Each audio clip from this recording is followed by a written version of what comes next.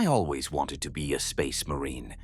I grew up believing it was the highest calling imaginable, to fight and die gloriously for the Emperor, to become one of his immortal angels of death.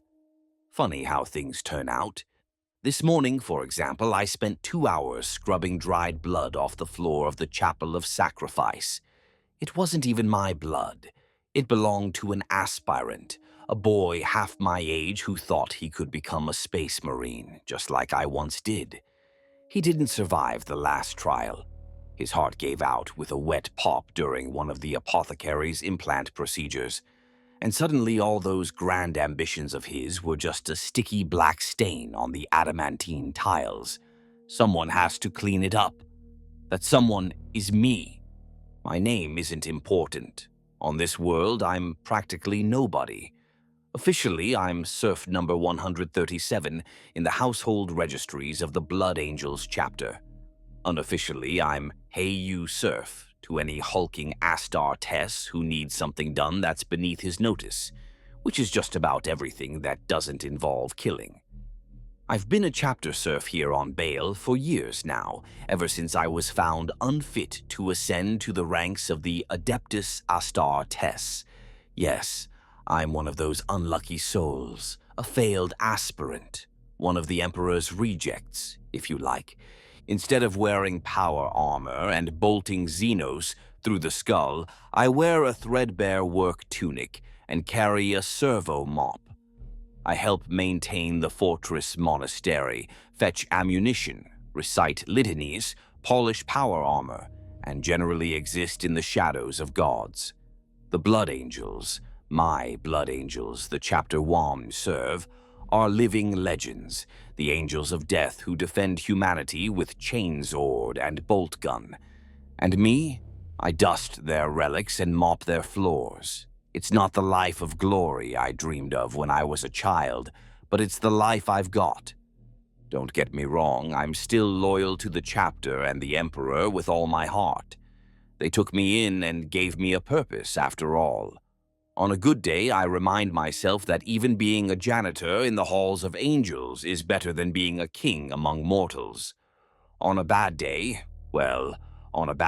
I can't help but recall the dreams I once had, and the harsh reality that replaced them. The reality is that on a Space Marine chapter world, if you're not a Space Marine, you're essentially part of the scenery, moving parts that keep the whole glorious war machine running. Let me paint you a picture of daily life here on Baal, the home of the Blood Angels. Dawn comes, not with a gentle sunrise, but with a furious blaze of red light across a toxic sky. Baal's sun creeps over the horizon, illuminating endless rust-red deserts and jagged black cliffs. The air outside is poison, radioactive dust and ash, relics of ancient wars. But inside the Arx Angelicum, the great fortress-monastery of the Blood Angels, we are sheltered behind meters-thick ceramite walls and void shields. The morning siren wails through the corridors at 0400 hours, and I haul myself off the thin cot in my cell to begin another day in service to the angels. My cell is one of dozens carved into cold stone, deep in the monastery's lower levels. It's barely larger than a coffin, just a bunk, a lumen globe that flickers more often than it shines, and a small shelf where I keep a few personal talismans. A dried animal tooth from my home tribe on Baal Secundus, a tiny iron aquila pendant, the edges rubbed smooth from years of thumb strokes during prayers. These little tokens remind me of who I was before the chapter claimed me, for better or worse. I dress quickly in my coarse gray work tunic and trousers, slip on my worn boots, and head out into the corridor to join the other serfs. We move like ants through the arteries of a sleeping giant, our footsteps echoing on metal grates. It's still dim. The fortress's night cycle lumens cast everything in a sullen red haze. Around us, Gothic arches loom overhead, and the halls stretch on, lined with faceless statues of Sanguinius and stone angels weeping blood. Incense from last night's prayers still hangs in the air, just strong enough to mask the ever-present scent of machine oil and ozone from crackling power conduits. At muster, we line up in the Great Refectory. It's a vast hall where the Space Marines take their sustenance, when they bother to eat solid food at all, that is. For us serfs, it doubles as an assembly point and mess. Hundreds of us are gathered here, a mere fraction of the chapter's full contingent of serfs, but enough to fill the hall with a low thrum of breathing and shuffling feet. We all face forward as the overseer, a stern man in crimson robes, himself a serf but higher ranked as the master of servants, walks down the line with a data slate. He begins leading us in the morning prayer. Together, we recite the same words we do every day, voices droning in unison in the cold air. Blessed be the hands that serve the angels of death. Blessed be the feet that hasten to the Emperor's call. We are the blood in the angel's veins, the mortar in his temple, the faithful servants of the golden throne. The Emperor protects. My voice is just one among dozens, indistinguishable, which is fine by me. I mouth the words automatically. Emperor knows I've said this prayer every morning for years. I could recite it in my sleep. Perhaps I have on occasion. The overseer finishes with the usual admonishment. Serve today with devotion and diligence. Let not idleness or doubt find purchase in your soul, for each of us in his great design has a purpose. A purpose. That part always makes my lip twitch in something almost like a smile. Once I believed my purpose was to wear the red armor of a blood angel and bring righteous fury to the Emperor's foes. Now my purpose is apparently to scrape gunmetal decks and fetch tools. Not exactly the heroic destiny I envisioned. With prayers done, we disperse to our assigned duties. The others shuffle off in small groups or alone, each to their posts, some to the armory, some to the kitchens, some to the training cages to clean up whatever mess was left overnight. Me, I'm headed to the Chapel of Sacrifice, carrying my trusty cleaning kit. It doesn't escape me that while the chapel's name is metaphorical, it's lined with statues and relics commemorating great martyrdoms of the chapter. Today it is literally stained with a sacrifice, one unintentional and heartbreakingly mundane. When I arrive, I push open the heavy oak doors, oak imported from off-world, polished to a shine. No wood grows on Baal's irradiated soil, and the metallic tang hits my nose immediately. Sure enough, there's the blackish-red pool congealing on the marble floor near the altar steps. Flies buzz around it, already feasting. A few candles still gutter on the altar, left from last evening's vigil. High above, stained glass windows depicting Sanguinius in all his glory cast fractured beams of colored light, as if trying to pretty up the horror on the ground. I sigh and set to work, trying not to step in the blood as I uncoil a tube from my cleaning servitor. The servitor, a mind-wiped cyborg attached to a wheeled vat, chugs forward at my command, ready to sluice the floor with cleansing solution. It's seen this kind of mess many times. Too often the honor of scrubbing up the remains of failed aspirants falls to us serfs. I wonder idly which trial this boy fell in. Was it the hypno-indoctrination that fried his brain? Or did an implant rejection rupture something inside him? Emperor, at least let it have been quick. As I mop, I catch my reflection in the blood-smeared floor. A gaunt face, late 20s maybe, short-cropped dark hair, tired eyes with permanent shadows beneath them. There's a faded scar running along my jawline, a souvenir from one of my own trials years ago. I look away and focus on the work. Swish, scrub, swish. The servitor's brush whirs, and I work mine in tandem. My mind drifts as it often does during these rote chores. Cleaning up after death gives one a lot of time to think about life's twists. I recall the day I first arrived at this fortress as a teenager, so full of hope and fervor. I remember how these halls looked to me then, majestic beyond belief, steeped in holiness. I was going to train here to become something greater than human. Now, years later, the majesty has dulled somewhat, replaced by familiarity and a healthy dose of pragmatism.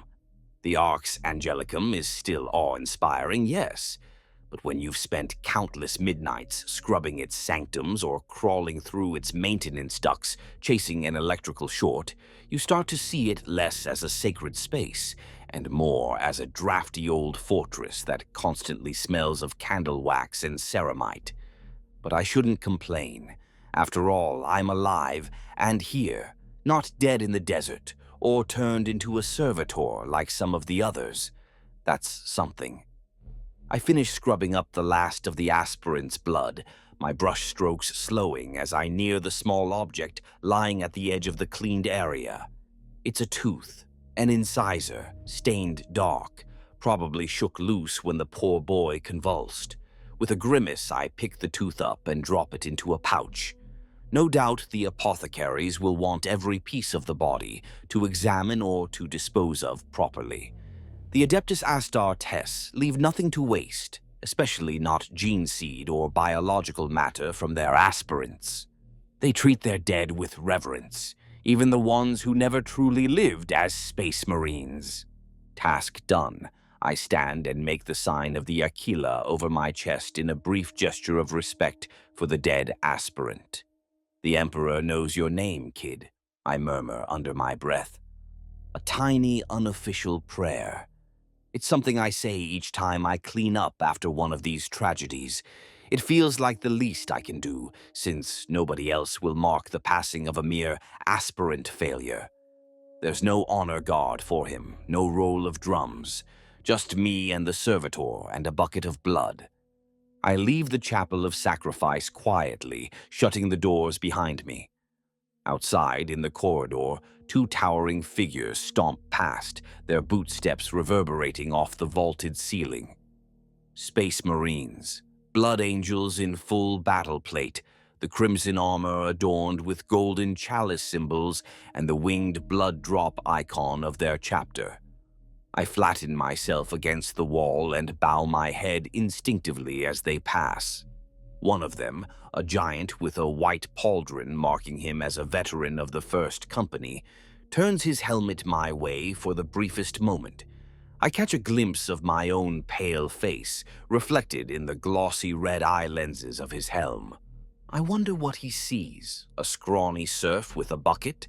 Or nothing at all, something beneath notice? Likely the latter. Astartes have more important concerns. They're talking to each other in low voices as they go, and I overhear a fragment.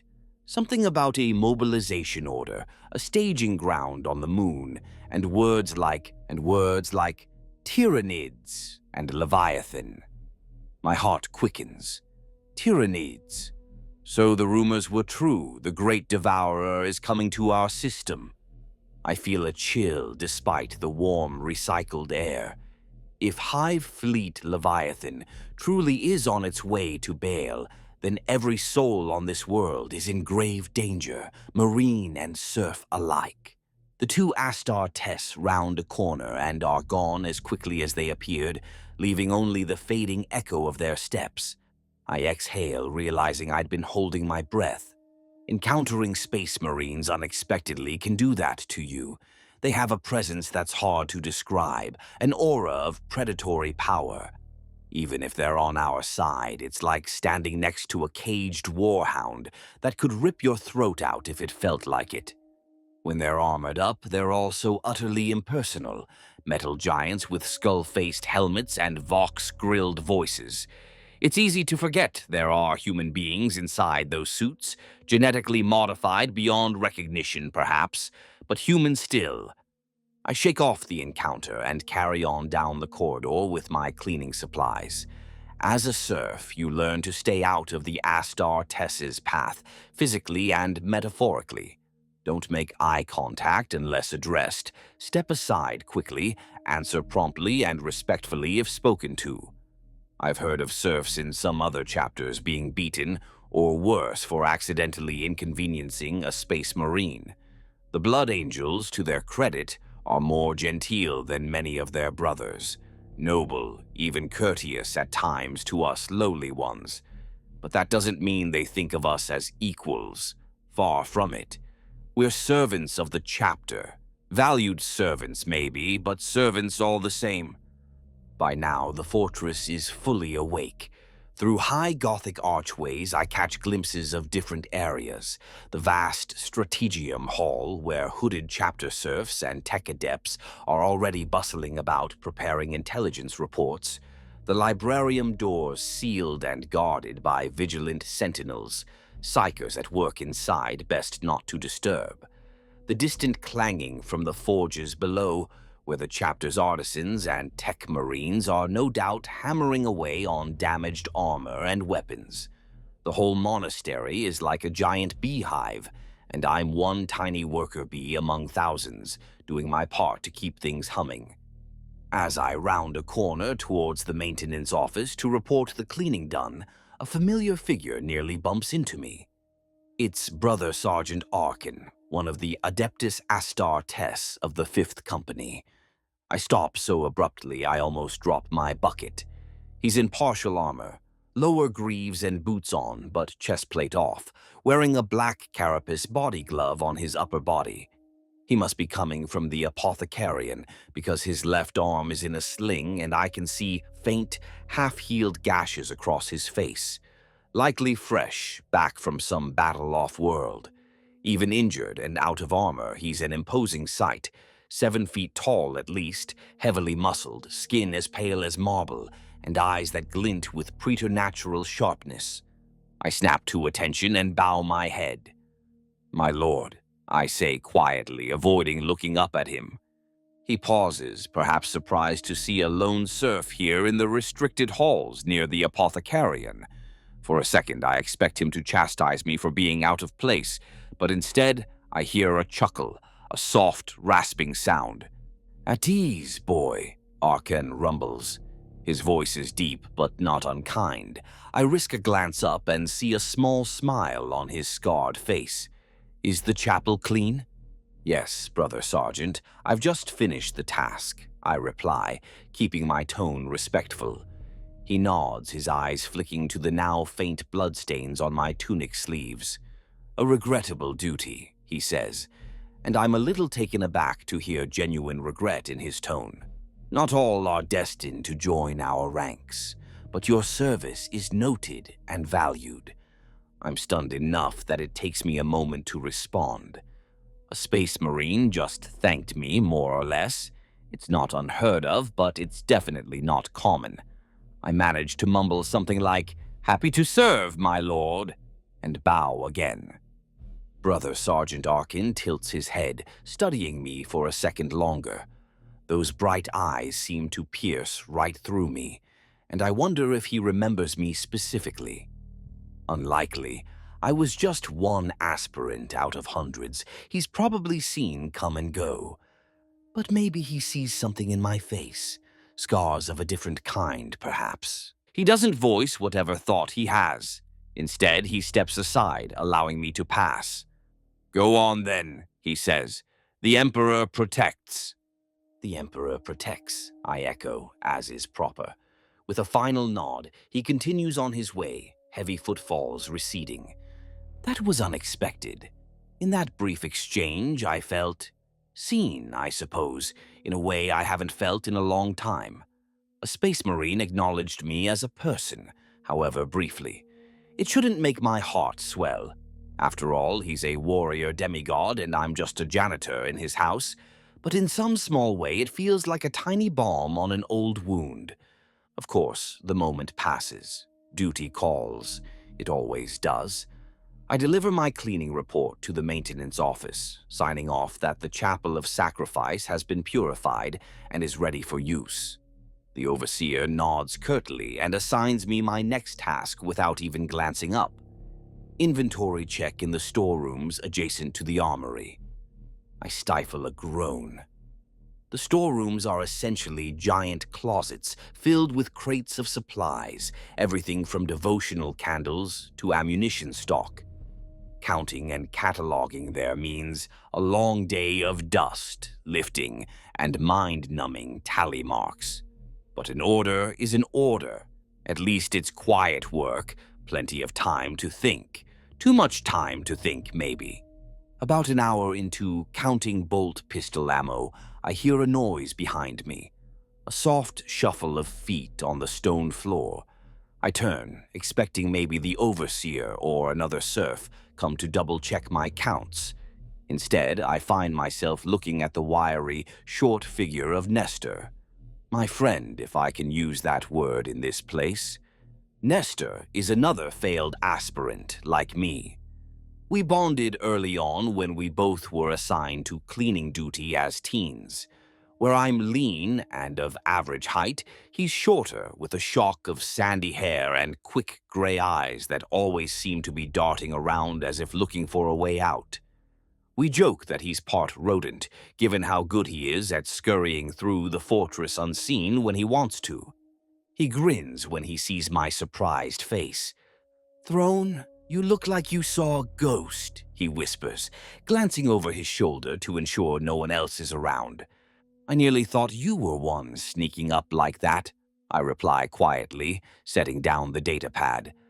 "What are you doing here, Ness? Aren't you supposed to be on maintenance duty in the dormitory block?" Nestor waves a hand dismissively. "Finished early. Thought I'd come give you a hand since I know how much you love inventory." His tone drips with sarcasm. It actually brings a genuine small smile to my face. "Well, as long as the overseer doesn't catch you helping me," I caution, though I'm grateful for the company. Doing this in silence can drive a man insane with his own thoughts. Nestor hops onto a crate, swinging his legs. "Overseer's too busy prepping quarters for the incoming reinforcements," he says. "Reinforcements?" I blink. "What reinforcements?" He arches an eyebrow. "Ah, you've been cooped up in here and haven't heard the gossip. Apparently, the chapter's expecting some of their successors to arrive soon. Support for the big party coming our way." He doesn't have to clarify what party means. If Tyranids are inbound, they'd call for any friendly help they can. Word is, the flesh tearers, the blood drinkers, maybe the carmine blades too, all rushing to our aid. Successor as chapters of the Blood Angels coming here? That's news indeed. It means the situation is dire enough to concentrate forces at Baal. My stomach does a little flip of anxiety. "Emperor preserve us," I whisper. It's not taken in vain. Truly, I hope he does. "Yeah," Nestor goes on, quieter. "People are spooked. The older serfs, those who've been through off-world deployments, they're tightening up drills and weapons checks. I heard the militia squads ran live fire exercises all last night. They even had old Darren's crew out digging new trenches and laying mines around the outer perimeter this morning, as if a few extra sandbags will stop a billion bugs." He forces a chuckle, but it comes out thin. I let out a breath. So it's not just me being paranoid. This is real. "The Emperor protects," I say, more to fill the silence than anything. Nestor nods vaguely, but I catch a flicker of doubt in his eyes. "Hey," he says more gently, seeing the look on my face. "Don't get too worked up yet. You know how it is. Hurry up and wait. Could be weeks or months before anything happens. Or maybe the angels will intercept the bugs before they even reach us. Maybe, I allow, although I'm less optimistic. But I appreciate his attempt to lighten the mood. Anyway, I'm glad you're here. Inventory is more fun with two, which is to say it's slightly less miserable." He chuckles. "Happy to oblige. What section are you on?" "Bolt pistol rounds, then I've got to verify the Mark 7 power armor spare parts crates." Nestor makes a face. "Ugh, counting screws and visors. Riveting stuff." We fall into a rhythm. Together we work through the next aisle, quietly chatting as we go. It's mostly mundane talk. Who's been assigned to what? How Sister Potentia had a coughing fit during prayer yesterday and nearly keeled over. She's fine now, thank the Emperor. These little snippets of normalcy are a balm. They make me almost forget where we are. Almost. At one point, as we're checking off a crate of combat knives, Nestor asks in a lower voice, "You cleaned up after an aspirant this morning, didn't you?" I glance at him sharply. "How did you know?" He taps his nose and ears. "Heard two apothecaries talking when I was passing by the Medicae. Some kid from Bal Primus. Apparently he reacted badly to one of the implants. Bled out internally. They were annoyed at the waste of gene seed fluid or something." I grimace. To the apothecaries, failed aspirants are just failed experiments. "Yeah, he didn't make it. I was there." Nestor nods sympathetically. "We've both seen it too many times." "Makes you think, eh? We were both on those slabs once." He tries to say it casually, but I catch an undertone in his voice. I know him well enough. There's always been a mix of survivor's guilt and resentment in both of us about that subject. I decide to tread lightly. "The Emperor saw fit to spare us," I say, half sincere, half by rote. Nestor snorts quietly. "Spare us for what, though? To push brooms? Some grand destiny?" I don't have an answer to that, so I just shrug. We work in silence for a bit. Truth is, I've struggled with that question myself on long, lonely nights. Why was I kept alive? If I wasn't good enough to be a Marine, why not just cast me back to the wasteland, or let me die trying like so many others? The official line is that every soul serves the Emperor in their own way, and failure in one arena doesn't exempt you from duty in another. The chapter invested time in us. Better to get some use out of us as serfs than toss us aside. It's practical. But spiritually, it leaves one in a weird limbo of purpose. Before the silence grows too heavy, I say quietly, "Do you ever think about what if things had gone differently, if you'd passed, if you were one of them now?" I glance at him. Nestor keeps his eyes on the crate of bolt shells he's counting, but his jaw tightens. "Every damn day," he replies, equally quiet. I think about it every time I see one of them march by, wondering what it would feel like to wear that power armor, to stand tall as an angel of death. He pauses, then adds with a faint, bitter smile, "But then I also wonder if I'd still even be me, or just another cog in their machine. They change, you know. The ones that used to be aspirants with us, if any made it, they don't even recognize us now." I nod. We've seen a few who started training at the same time we did. Those who survived transformation emerged as neophytes, then off to war or to further training. Sometimes they come through the halls, but they rarely acknowledge their old friends. Too much of a gap now, physically and mentally. They're transhuman demigods in training. We're still just human. One in particular comes to mind. Lorenz, a boy from Nestor's clan. He was accepted and implanted successfully about a year after we were recruited. Now he's a full battle brother. Last time Nestor saw him, Lorenz looked through him like he was a stranger.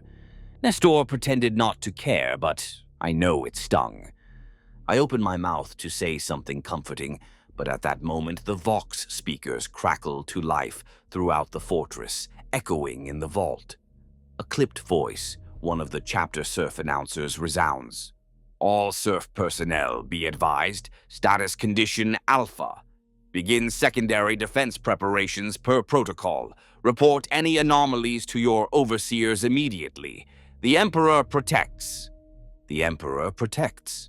The mantra is supposed to inspire, but the announcement's content makes my blood run cold. Condition Alpha. That's the code for imminent threat. It means whatever is coming is close. We exchange wide-eyed looks. Looks like it's not months away after all. Nestor mutters, lips pressed thin. We both know the drill. Secondary defense preparations means we serfs start readying the fortress's internal defenses, basically making sure all bulkheads can close, weapons lockers are stocked, non-essential personnel move to safe areas, and so on. It's not a full battle stations order, that would be condition Omega, but it's the step right before. Perhaps the chapter expects something soon, maybe a scouting tendril of the Hive Fleet or Emperor knows what. Our hearts heavy, we set aside the inventory. Duty comes first, and right now that duty likely involves checking blast doors and passing out armaments to the militia squads. I guess we'll finish this later, I say, slipping the data slate into my pocket. I already hear hurried footsteps in the corridors outside as serfs rush to assigned emergency tasks. Nestor nods. Be careful, yeah? I have to go get to my station. They'll want me manning a comm relay, I think. He hops off the crate. For a moment he hesitates, then clasps my shoulder briefly, a rare open gesture of camaraderie. If things go sideways, well, Emperor be with you, brother. I feel a lump in my throat. We've joked and snuck around rules together for years, but that sounded uncomfortably like a possible goodbye. I clasp his arm in return. And with you, Nestor. See you on the other side of this, yeah? He musters a grin. Count on it. We still have to finish counting those screws after all. With that bit of gallows humor, we part ways. He jogs out of the vault, heading for the communications annex. I grab my own kit and hurry out toward the designated zone I'm responsible for during alerts. The southern hall's blast doors and adjoining sections. My heart thuds as the sirens start to wail in the distance. Not the full-on invasion siren, but a warning tone that spurs everyone to move faster. The halls are now busy with activity. I weave past other serfs carrying crates of small arms and squads of the chapter's human auxilia, warrior serfs armed with carapace armor and lasguns taking up positions at key checkpoints. These auxilia are basically a small planetary defense force comprised of failed aspirants who showed aptitude for combat roles. They train regularly, and while they're nowhere near Astartes, they're elite compared to normal guardsmen. I've never officially been part of their ranks. I was always assigned more to logistic and technical support roles, but I know how to handle a weapon. Every serf does, to some extent, because if the fight breaches these walls, everyone will be fighting for their lives, like it or not. I reach the southern hall, an ornate corridor that runs along one side of the fortress near ground level. Here, great windows of armored glass teal normally provide a view of the desolate Bale landscape. Now those windows are polarized dark and already being sealed with blast shutters. I see a team of serfs cranking the heavy shutters down with screeching metal sounds, sealing us in behind layers of plasteel. My station is a blast door near the end that leads out to a vehicle bay. There I find two other serfs already checking the mechanisms. One is a grizzled man named Darren, a veteran of some decades here, and the other a younger woman from the Hive World transplants. I forget her name. I jump in to help them. Together, we test the door's closure, ensure the seal is tight. I cross-check the runes on the control panel. Pressure stable, lock engaged. All seems well. Condition Alpha, eh? Darren says under his breath as we work. I was here during the Orc invasion a while back. They called Alpha then too, right before things got ugly. I nod. You think it's Tyranids? He grimaces. I hope not. Orcs are bad enough. Bugs. Can't even eat those bastards if you're starving, he adds with dark humor. The younger woman looks pale and nervous. Have you seen them, Tyranids? Not in person, I answer, trying to sound steady. Only pics and what the Astartes have said. Just remember, if they breach, aim for the big ones first, the ones guiding the rest. Cut off the head and the body dies, or so they say. That's what I recall from a briefing once. She nods shakily, clutching her lasgun. I realize she's scared out of her wits. Hell, I am too, but I put on a reassuring face. The Blood Angels will handle it, I say, more confidently than I feel. We just do our part. Darren pats her shoulder. He's right. The Angels won't let those creatures reach this holy place. We're just the backup. The Emperor protects, I think to myself. But sometimes the Emperor expects you to protect yourself. We finish bolting the last shutter and door. Now it's a waiting game. Through the wall, I can faintly hear distant booms. Anti-air defenses testing or already firing. Hard to tell. Minutes stretch. We stand ready, adrenaline making me shift from foot to foot. Every distant clatter or shout down the hall makes me flinch. And then, nothing happens. At least, not immediately. After perhaps an hour, the alert still stands, but no attack yet. The serf teams settle into readiness positions. Darren and the woman, her name I finally recall is Mara, start discussing rotation for getting water or a quick bite from a ration pack while we wait. I volunteer to take first watch on the door while they step aside for a moment. So here I am, posted next to a sealed blast door, lasgun in hand. I grabbed one from an open crate earlier, staring down a quiet, empty corridor lit by flickering lumen strips. My mind wanders despite the tension. It drifts back to earlier days, to another place where I held a weapon with trembling hands and tried to convince myself I was ready for anything. It drifts back to the aspirant trials, my own trial by fire, years ago, on the day I stopped being a contender for glory and became, eventually, a janitor with a gun. The memory overtakes me as I wait by that blast door. I was just a scrawny kid then, maybe 14 standard years old, a sunburnt, half-starved nomad from the irradiated plains of Baal Secundus. My people were the Ironhearts, one of the scattered clans that roamed that blasted moon in clanking rad suits, scavenging ancient wrecks for scraps of technology and fighting off mutants for clean water. Life was brutal and short under the radioactive sky. But we had one shining hope that kept us going: the Sky Warriors, the Blood Angels. We worshipped them as saviors and avenging angels. Every few years, their giant crimson dropships would come howling down from the heavens, stirring the red dust into storms, and the chaplains would test the strongest youths of the tribes. Those deemed worthy would ascend with them, leaving behind the misery of Baal Secundus to become something greater. It was every boy's dream to be chosen. I remember the day I left my tribe vividly. A black-armored chaplain of the Blood Angels, skull-helmed and terrifying, arrived at our encampment flanked by 2 initiates. He spoke with a voice like thunder, calling forth any who would prove themselves. My heart felt like it would burst out of my chest. I had trained my whole young life for this moment, sparring with others, running endurance trials across the dunes, steeling myself to kill without hesitation. My own father had been an aspirant decades before. He died in the trials, but that was considered an honor far greater than dying of sickness or mutant claws. In our eyes, to die in the Emperor's test was to die a hero. That day, I stepped forward along with perhaps 20 other youths from my clan and neighboring ones. We bowed before the chaplain, who towered over us like a dark statue. I still remember every skull and scroll adorning his power armor, the way the sockets of his skull helmet seemed to stare right through me. The trials began immediately.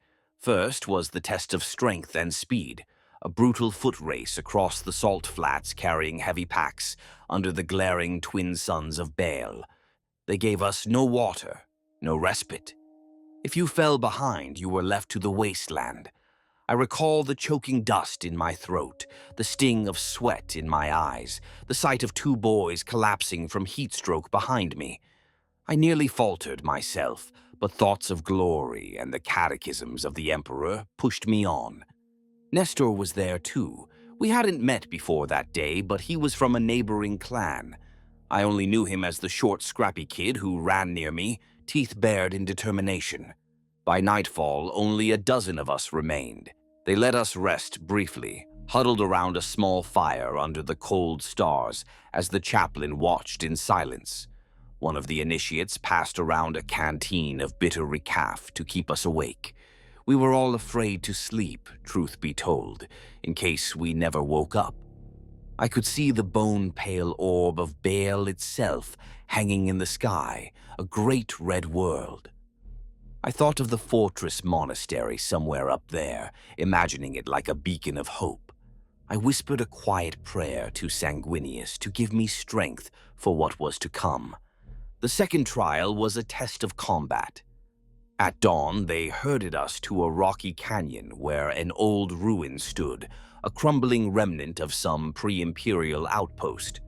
The chaplain's initiates tossed us each a sharpened piece of scrap metal as a makeshift blade. Then they unleashed the mutants. I can still hear the guttural shrieks echoing off the canyon walls as a pack of the Twisted Ones swarmed at us. These weren't just any mutants. They were the kind that lurked in Baal Secundus's deepest warrens, hairless, hunched creatures with weeping sores and extra limbs, driven to madness by radiation. We fought for our lives. It was pure chaos, a blur of rusted metals swinging, claws slashing, sand kicked up in blinding clouds. One mutant barreled into me and knocked me flat on my back. Its teeth snapped inches from my face, drool sizzling where it hit my skin. Their saliva was acidic, I later learned, from all the toxins they ingested. I remember fumbling for my scrap blade in the sand, finding it, and then driving it upward with a desperate scream. The jagged metal sank into the mutant's neck. Hot blood, a foul black-green ichor, cascaded over my hands and chest. The thing spasmed and went limp on top of me. I scrambled free, my heart pounding so hard I could barely see straight. Around me, similar battles played out.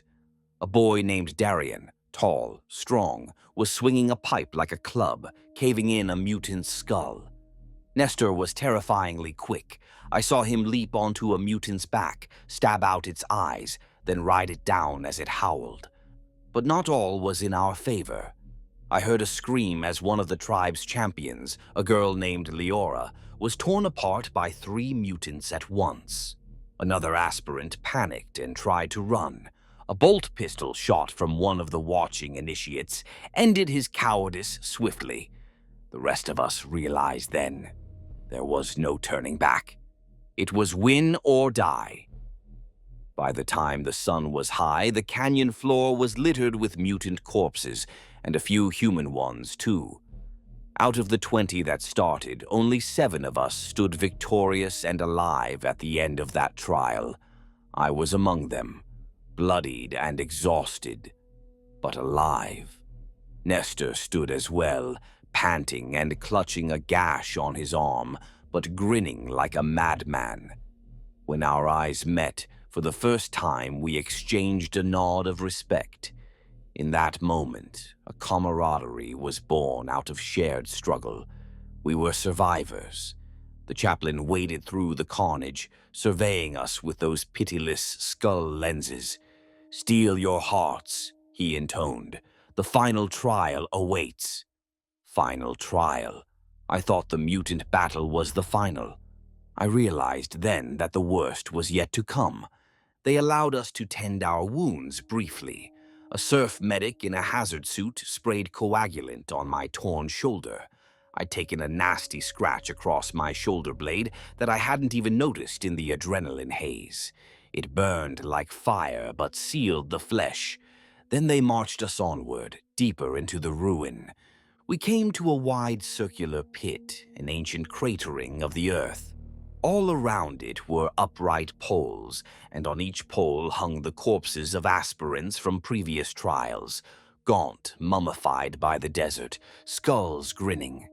The sight and the stench turned my stomach, but I kept it down. This was a place of ending, one way or another. The final trial was simple, the chaplain explained. A duel.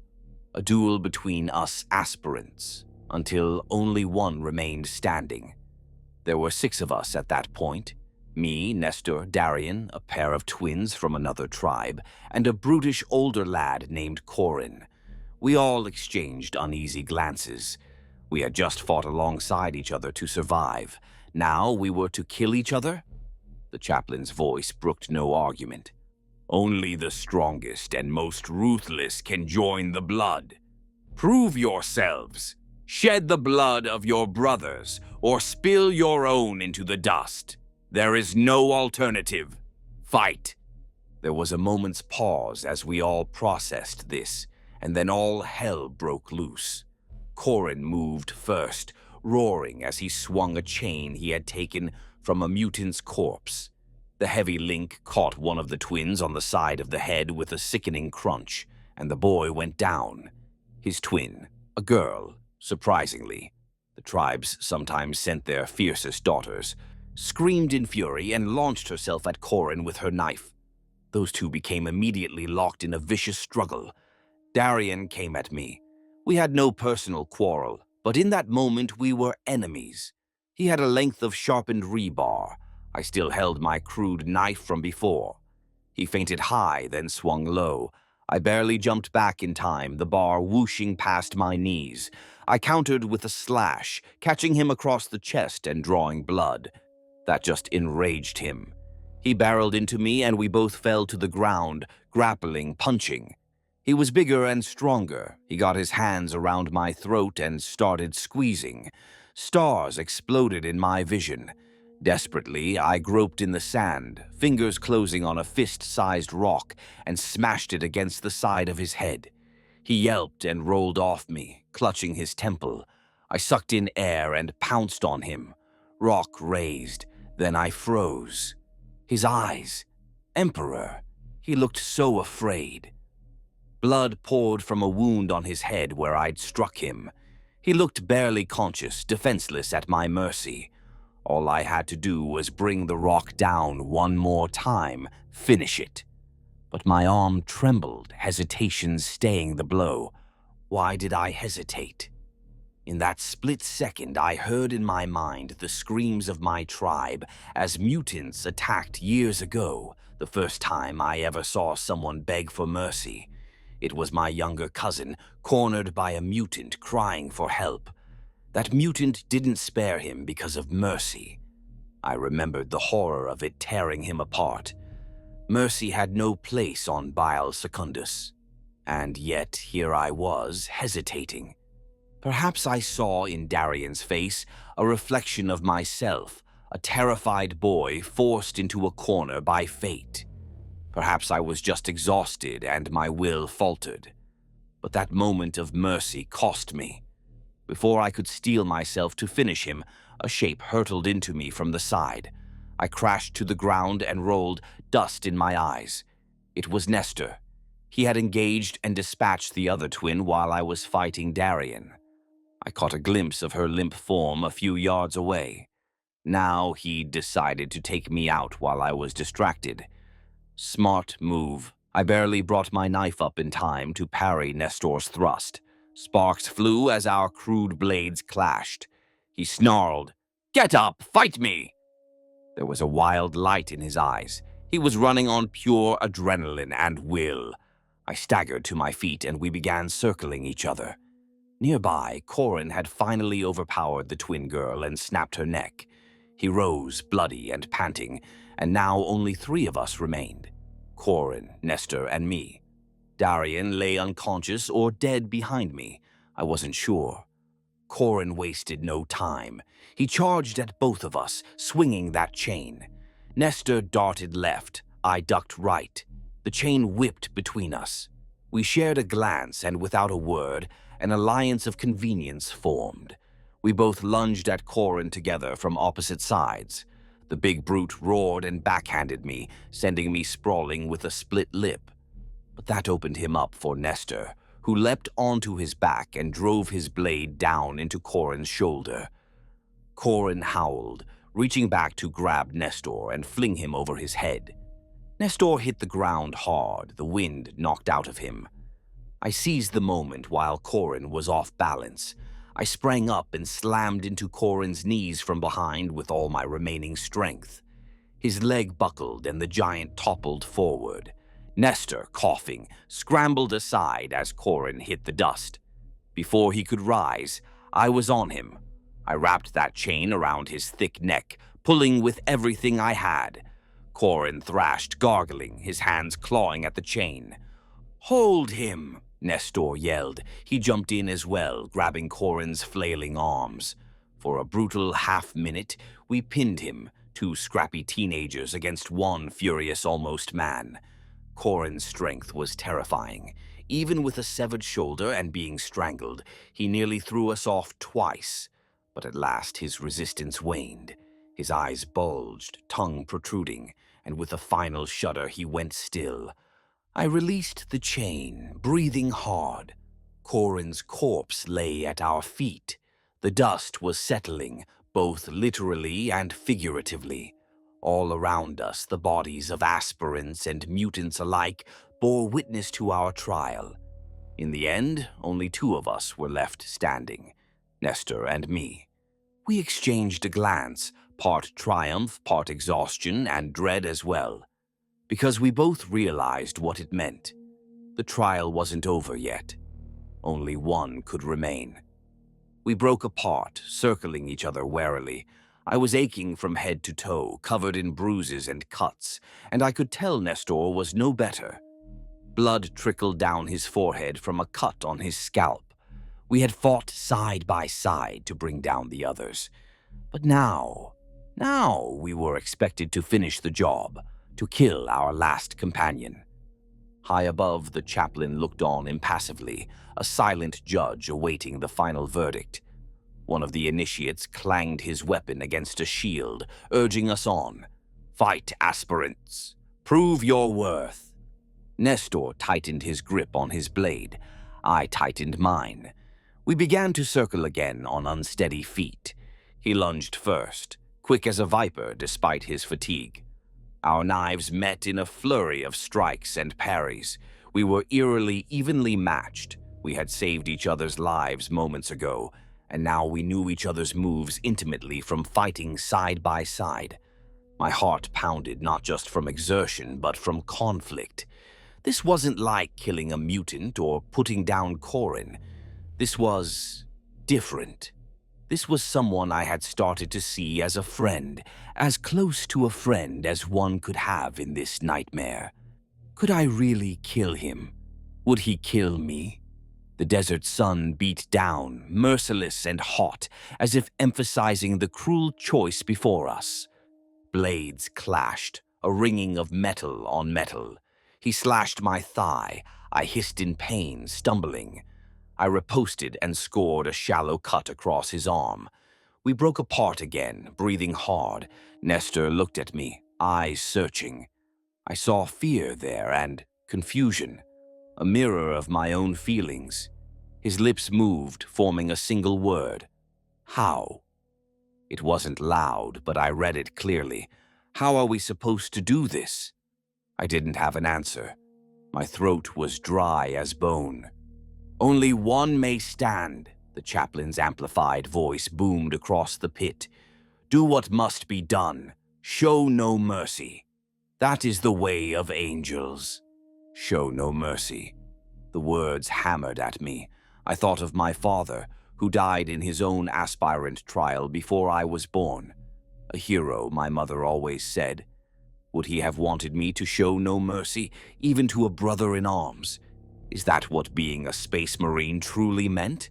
Perhaps it was. Perhaps that was the price of admission to this brotherhood. Your very humanity. Nestor's face hardened. He gave a small, resolute nod to himself. With a shout, he came at me again, faster this time, blade aimed for my heart. I parried desperately. The force of his charge knocked me backwards. I tripped over a rock and fell, my weapon skittering from my hand. In a flash, Nestor was on top of me, pinning me down. His knife hovered inches from my throat, trembling as he tried to press it further down, but also hesitating. We froze like that, both of us shaking with effort. The knife's edge bit into my skin just enough to draw a thin line of blood. My hand was on his wrist, holding back the fatal plunge, but only just. I could see tears mingling with sweat in his eyes. He was struggling within himself as much as with me. "Do it," I rasped, barely a whisper. Part of me wanted it over with. Maybe I even wanted him to do it, to be free of making the choice myself. Nestor's jaw clenched. He let out a cry, half anger, half anguish, and tore the knife away, hurling it to the side. He released me and staggered to his feet, chest heaving. I can't," he spat out, frustration and despair in his voice. I lay there, stunned not just by physical exertion, but by his action. He couldn't do it. And suddenly, neither could I. My own blade was out of reach. Even if it wasn't, I doubted I could have run him through at that moment. The chaplain dropped down into the pit with a thud of ceramite on sand. He loomed over us, disgust radiating from his posture. "Pathetic," he snarled.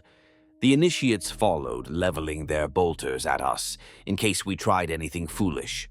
Nestor and I both knelt, prostrate and trembling, not from fear of death. We were too exhausted to even feel fear, but from the weight of our failure. I felt hollow. It was over. We had come so far, survived so much, only to falter at the finish line. I expected an execution, perhaps a bolt round to the back of each of our heads for wasting the chapter's time. Part of me was resigned to it. At least it would be quick. The chaplain prowled around us like a hungry predator. "You lack the cruelty to enact the Emperor's will," he intoned coldly. "Mercy is for the weak. Compassion has no place in the heart of a space marine, save for that fleeting pity which we grant by ending the suffering of the Emperor's foes. But you," he pointed a finger tipped with a clawed gauntlet at me, then at Nestor. "You show compassion to a comrade when competition demands his death. You disobey the trial's decree and stay your hand. This is weakness. This is humanity." He spat the last word like a curse. I felt tears of frustration sting my eyes. I wanted to protest, to say that I would have fought to the end, if only. But would I have? In that moment, I wasn't sure of anything. All I knew was a crushing sense of defeat, of having failed not only myself, but the Emperor, Sanguinius, my tribe, everyone who had believed in me. The chaplain's silence hung over us for a long moment. Then he spoke again with grim finality. "You are unfit to join the Blood Angels." Nestor bowed his head. I did too, biting my lips so hard I tasted blood. It was over. We were done. "However," the chaplain continued, and there was a note of something in his tone. Was it amusement?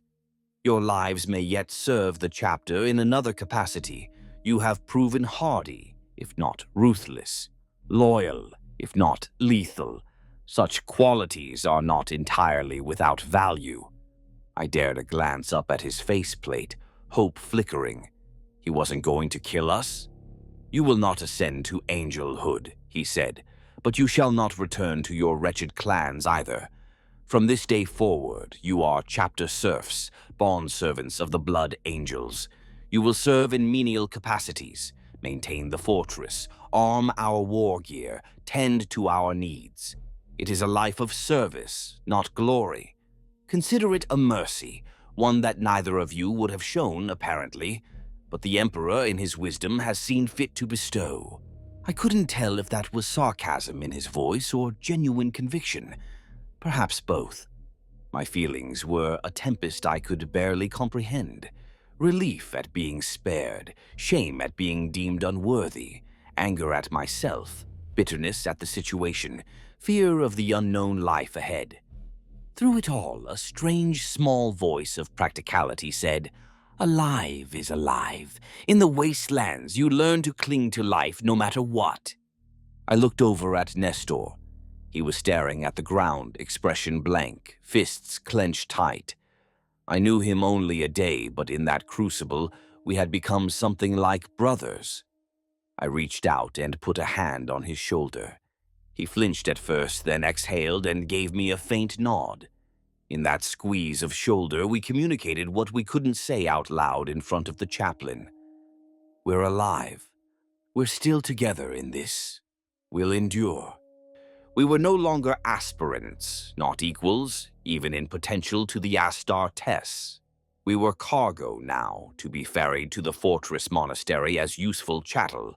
They took us to the Arx Angelicum that day, up from the desert into the sky. I remember sitting in the corner of a Thunderhawk's troop bay, wrists shackled, next to Nestor as the engines roared. Through a porthole, I watched Baal Secundus's red wastes recede below. A part of me felt a pang knowing I'd never run those dunes again. But another part, perhaps naively, still felt a spark of wonder. I was going to see the sky fortress of the Blood Angels. Not as I had dreamed, true, but I would see it nonetheless. When we arrived, the fortress-monastery that had loomed like a myth in my imagination became an imposing reality. They marched us off the craft into a colossal hangar where serfs and servitors bustled about under the watchful eyes of Mechanicus adepts. The scale of everything was beyond anything my tribal mind had conceived. Titanic statues, monumental arches, the echo of our footsteps swallowed by the vastness. They processed us into the serf ranks that very day, stripped of our ragged desert clothes, scrubbed, given plain gray tunics. We were tattooed with an identification code on our forearms, property of the chapter now. I recall the sting of the needle, the sterile smell of the ink. It drove home the finality of it all. That first night as a serf, I lay on a small cot in a communal barracks deep in the bowels of the fortress. Nestor was on the bunk above mine. Neither of us spoke. Around us were dozens of other new inductees, some from our trials, others from off-world picks, all in the same state of shock and dismay. In the darkness, I could hear quiet sobbing from a few bunks away. Some poor soul mourning the death of his dream, or perhaps the friends he lost. For my part, I stared up at the metal underside of Nestor's bunk and tried to convince myself I hadn't failed completely. I was alive, wasn't I? That was more than most of the aspirants could say. Service as a serf was still service to the Emperor. Maybe, just maybe, in time I could find a sliver of honor in it. That's what I told myself, reciting the litanies of humility until exhaustion finally dragged me under. The next morning, our training as serfs began. They taught us to read and write Low Gothic. I already knew a bit from tribal shamans who passed down letters, but many didn't. They taught us the prayers and rites of the chapter cult, how to maintain a bolter's machine spirit, how to polish ceramite correctly while reciting the Canticle of Reforging, and countless other mundane skills. Physical training wasn't emphasized for us the way it had been for aspirants, but they kept us fit. After all, a serf might still need to heft crates or fight intruders. We learned to shoot a lasgun adequately, to march in formation for ceremonies, to bow and scrape appropriately in front of our superiors. In those early days, I struggled with my pride, bowing before Astartes, who not long ago I imagined I would be fighting beside as a brother. It hurt a lot. More than the welts from overseer's discipline or the aches of labor, it was a pain in the soul. But as the months and then years ground on, that pain dulled into a kind of numb acceptance. Some might call it faith, telling myself this was the Emperor's plan for me. Others might call it brokenness, probably a bit of both. Nestor and I stuck together through training. We rarely spoke of the trial, only once, in hushed whispers late one night when he said, "Do you ever wonder if one of us had finished it? Which of us would have won?" I had no answer. He added bitterly, "Not that it matters. Neither of us was willing, so here we are." After that, we didn't bring it up again. It was too raw a wound, even as time passed. We both found our niches among the serfs. Nestor's quick hands and knack for moving unseen made him valuable as an aide in the reclusium, handling scrolls and record-keeping, and probably sneaking extra rations here and there, though I never reported it. I ended up gravitating to the more physical labor and anything involving maintenance. When the masters realized I had steady hands and a patient demeanor, they sometimes assigned me to assist the tech marines in the forge or the apothecaries with mundane tasks. It wasn't glamorous, but I got to witness some of the inner workings of the chapter that most outsiders never imagine. One day, perhaps a year after our trials, I was helping an apothecary in the chirurgeon's hall. He was extracting the progenoid glands, the gene seed, from a fallen blood angel who had been brought back from battle. It was a solemn, morbid task. I stood by with a tray of sanctified vials and instruments. As I watched the huge armored figure lying lifeless on the table, I realized with a strange chill that it could have been me if things had gone differently. It struck me that even success as a space marine ended in death more often than not. Maybe a far more famous and heroic death, but death all the same. That night, I confided that thought to Nestor, that perhaps we were fortunate not to be facing war and likely early death as Astartes. He had scoffed. "You call this fortunate? Scrubbing floors and being treated like a half-citizen?" He couldn't see it my way. Maybe I was just rationalizing to feel better about our lot. Probably I was. But I needed some justification to keep despair at bay. We served on, year by year.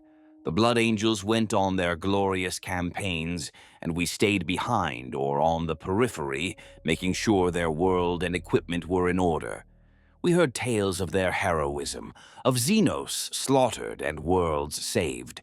Sometimes I'd see the newly made Space Marines, those who had been aspirants with us but did not fail, and I'd hardly recognize them.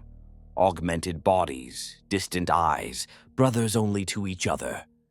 When they passed us serfs, it was like we were dust motes in a sunbeam, present but inconsequential. Over time, I actually took a measure of pride in my work.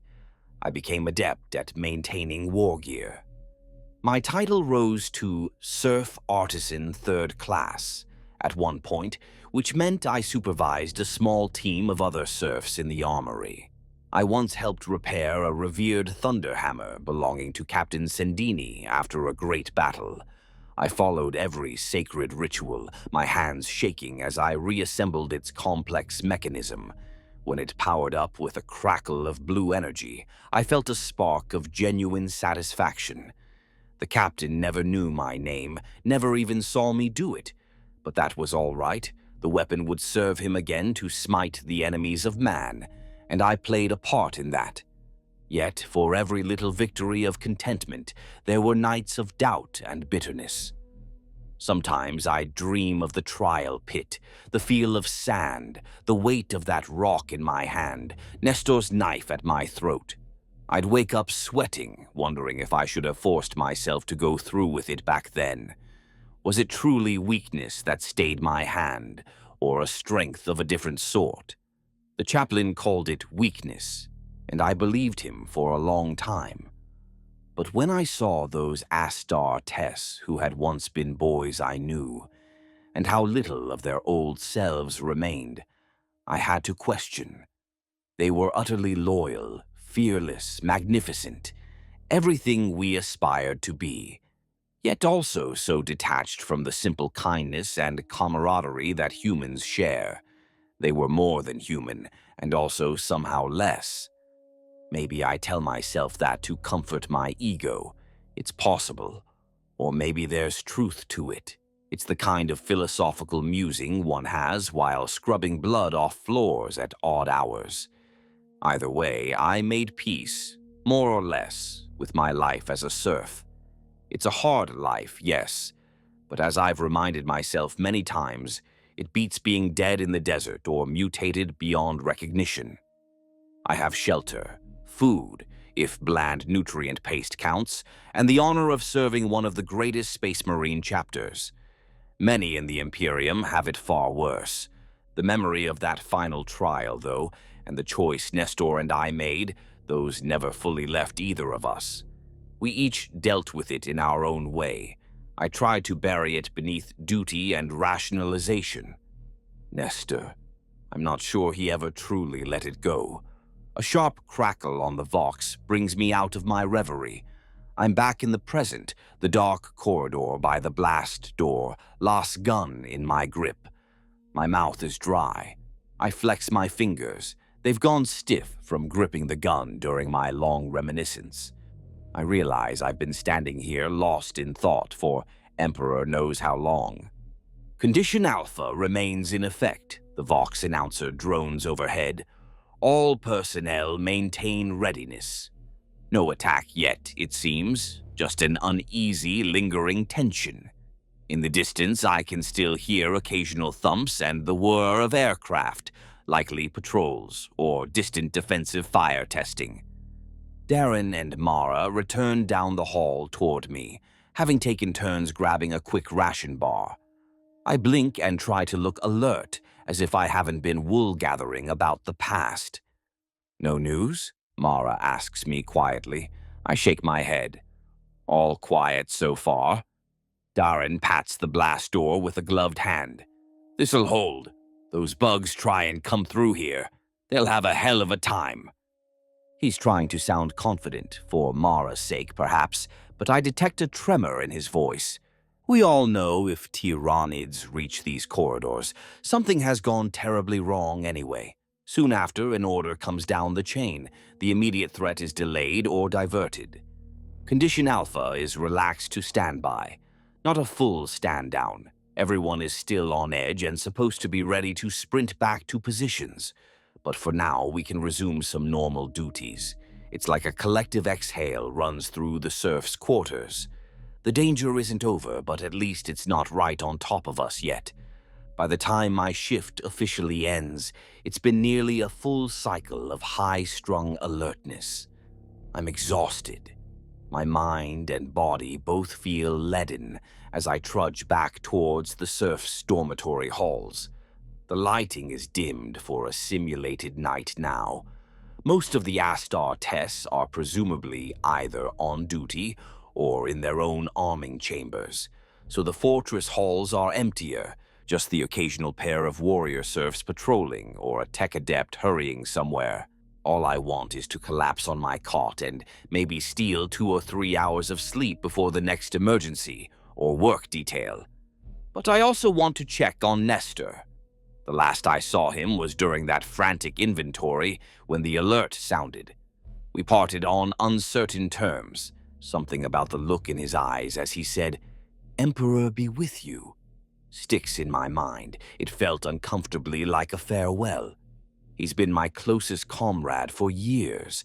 I can read the subtle tells of his mood, and lately, perhaps even before today's scare, I sensed a growing darkness in him, a mix of resentment and despair that he tried to hide behind humor. I navigate the passages to the serf hab block where we bunk. It's quieter than usual. Many are still out at posts or working extra shifts fortifying defenses. The great looming threat has everyone strained. The corridor lights flicker in low-power mode, casting long shadows. When I reach our small dorm chamber, a room with 4 cots, 2 bunk beds, assigned to myself, Nestor, and 2 other serfs, I find it empty. Not surprising. One of our roommates is on auxiliary guard duty overnight, the other likely still at the Medicase prepping supplies. Nestor's bunk is the top one on the left, mine is below it. I expect to see him there, maybe sitting and polishing his laspistol. He always kept one meticulously cleaned. But the bunk is vacant, the thin blanket rumpled, but no sign of its owner. Maybe he's been held on duty longer. He sometimes volunteers for extra communications shifts, especially when something big is brewing. I frown, a nagging worry tugging at me. Perhaps I'll go find him just to talk. Emperor knows in times like this, one should keep friends close.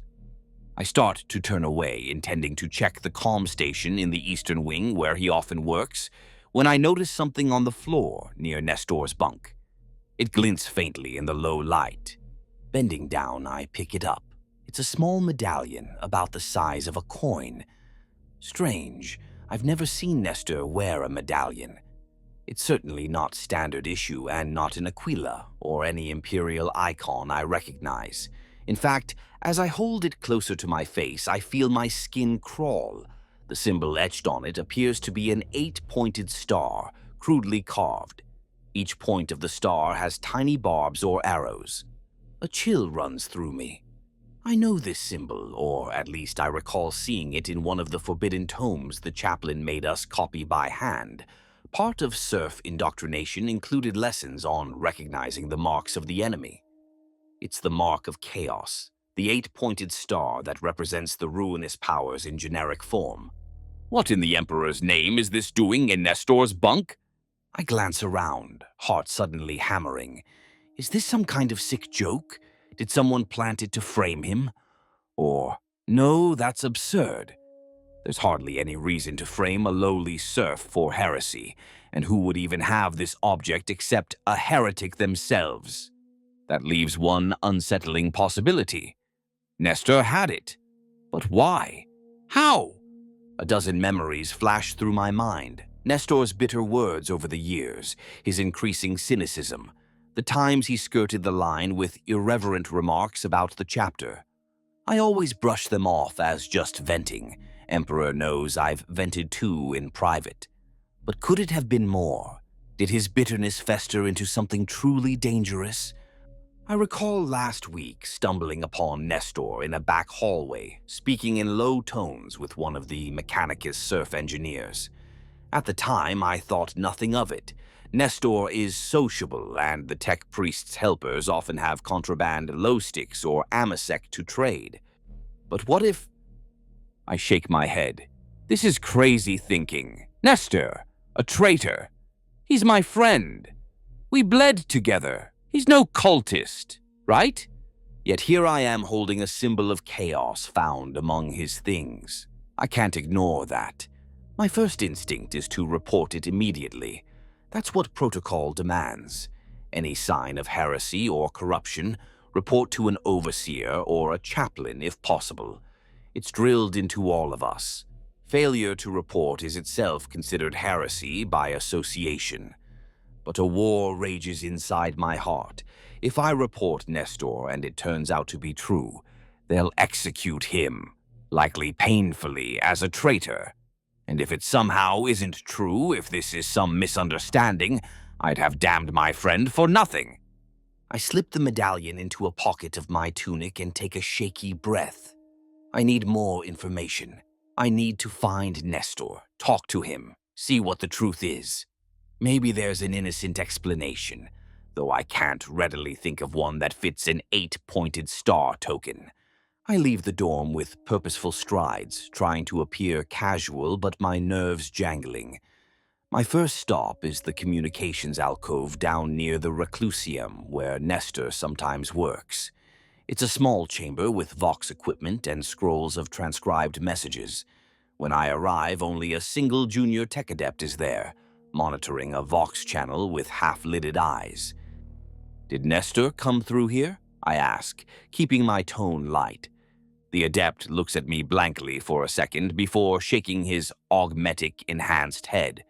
Negative. He was relieved of duty at 1800 hours. Should be off shift. So he's not working. I thank the adept and depart, mind racing. If he's off shift, where would he go? Not back to quarters, apparently. Possibilities. The mess hall, the small chapel where some serfs go to pray privately, or somewhere he shouldn't be. Nestor has a habit of sneaking into off-limits areas when he thinks something interesting is going on. He always had a nose for secrets. and pilfering small luxuries like an extra tin of recaf from storerooms. I recall him asking questions lately about the lower tunnels, the Carceri Arcanum, that network of vaults and catacombs beneath the fortress. We'd heard that some relics and maybe even captured artifacts were stored there, guarded by a few trusted serfs and servo-automata. I had joked that he better not wander there, or the ghosts of the sanguinary guard would snatch his soul. He laughed, but his eyes had that gleam he gets when tempted by the forbidden, Emperor's tears. Would he be so foolish, sneaking into the restricted vaults at a time like this? If he were caught, the chapter's wrath would be immediate and severe. But if he truly has fallen under some dark influence, maybe that's exactly where he'd go, to find whatever unholy thing is whispering to him. I make my decision. I have to find him myself now and get to the bottom of this. If there's still loyalty in him, I might save him. If not, Emperor, give me strength to do what must be done. I head towards the lower levels. Each step feels heavier with dread. The corridors here become less familiar as I descend. Unused maintenance shafts, archive vault entrances, places I rarely tread. A faint smell hits me as I find a stairwell leading down into the bedrock. It's the scent of old stone and something else. Burnt air, like after a lightning strike. Ozone and a coppery tang. I quietly unholster a las pistol that I'd taken earlier during the alert. Standard issue for all serfs under arms. My palms are sweaty around its grip. Down I go, 1 level, 2 levels. The lumen strips here are intermittent. Shadows pool in the corners. My own footsteps sound unnaturally loud, so I consciously soften them, rolling on the balls of my feet as Nestor taught me long ago when sneaking out of barracks. As I reach an arched doorway leading into what I believe is part of the Carceri Arcanum, I hear something that makes me freeze. Voices echoing from deeper within. I can't make out the words yet, but one voice I'd know anywhere. Nestor's. He sounds agitated, whispering fiercely. Another voice responds, older, one I don't recognize. There's a low chant in the air, too, a droning murmur that raises every hair on my neck. It sounds like no prayer I've ever heard. The cadence is all wrong, and the language, it might be high gothic, but twisted, or something else entirely.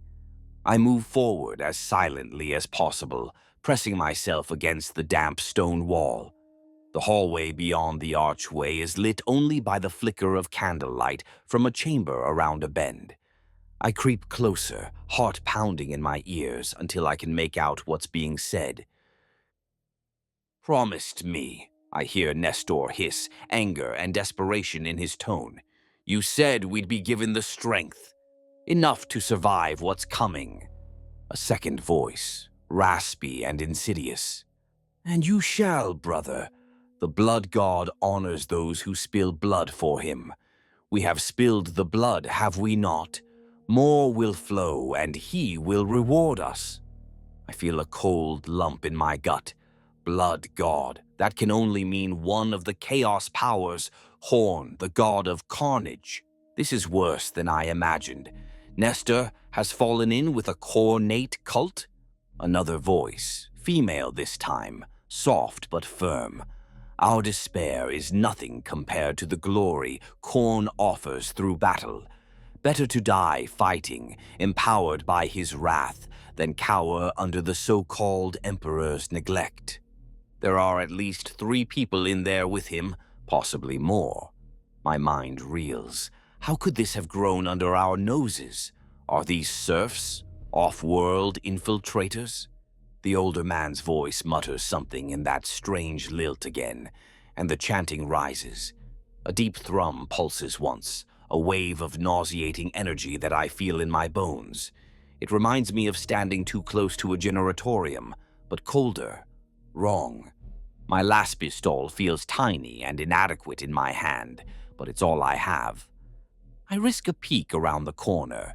It's a side chapel or vault, one not used in ages. By the looks of it, an old reliquary chamber with niches along the walls, but the central space has been cleared. 3 figures in gray serf robes stand in a rough circle, illuminated by a ring of tallow candles whose flames gutter in a wind that doesn't exist. I see Nestor clearly. He's facing away from me, hood thrown back, sandy hair disheveled. To his left is the older man, a dour-faced serf I recognize vaguely as one who works in the latrines. I never knew his name. To Nestor's right is a middle-aged woman I've seen in the kitchens. Both of those two have symbols painted on their foreheads in what looks like blood. My stomach flips as I realize Nestor does as well. A crude 8-pointed star drawn in red across his brow. On the floor between them is a horrific sight, a body, or what remains of one. It's one of the Mechanicus adepts, or perhaps a tech serf, judging by the scraps of red robes. The corpse's chest is rent open, ribcage spread apart, and blood pools out, trailing strange patterns on the stone floor. They've killed him as a sacrifice, no doubt. I stifle agog at the metallic smell of spilled guts and the sheer blasphemy of what I'm witnessing. The older man raises his hands, chanting louder. I catch glimpses of his words. By skull and blood we beseech thee, Horn. Grant us but a sliver of thy rage, a champion to lead us. O throne. They're trying to summon something, maybe not consciously some demon, but they're calling on Khorne to send them aid. I have seconds to act, maybe. If a warp entity answers, none of us here are likely to survive the experience. My mind races. I can't fight all 3 of them at once, not head-on, and certainly not if some demon pops out and joins the fray. I need surprise on my side. Nestor, it's not too late. Stop this, I shout, stepping into the doorway, Lafstall aimed at the group. Not exactly subtle, but I'm hoping the shock might break the ritual. It certainly startles them. The woman gasps. Nestor wheels around, eyes wide, and the older man falters in his chanting, scowling at the interruption. You, Nestor says, voice cracking. He looks utterly astonished and, for a moment, ashamed. How? Why are you here? I came looking for my friend, I say, trying to keep the pistol steady. It's trained loosely on the older man, since he seems the priest figure here and likely the most dangerous if he's some sort of witch. Nestor, whatever this is, you have to stop. This path leads to damnation. He grimaces. In the flickering light, I see sweat and tears mingling on his face. We're damned anyway. Don't you get it? We're all as good as dead when the devourer comes. I won't die scraping floors or as bug fodder. The woman interjects, her voice dripping scorn. He's one of them, Nestor, a loyal dog. He won't understand. I snap back. I understand more than you think. You're scared. We all are. But turning to this, I gesture with my pistol at the blood-soaked floor, won't save you. It'll only doom your soul. The older man sneers. Soul? What have our souls ever got in us? The Emperor cares nothing for us. We give, and in the end, we're disposable. The true gods offer a fighting chance, power for those willing to take it. Khorne will strengthen us to butcher the Tyranids, to take vengeance on those who look down on us. I can hardly believe what I'm hearing from a fellow human on bail. Anger and sadness well up in equal measure. That's heresy, I say, almost spitting the word. The Blood Angels, this fortress. You'd betray everything to which you swore oaths. Nestor's face contorts.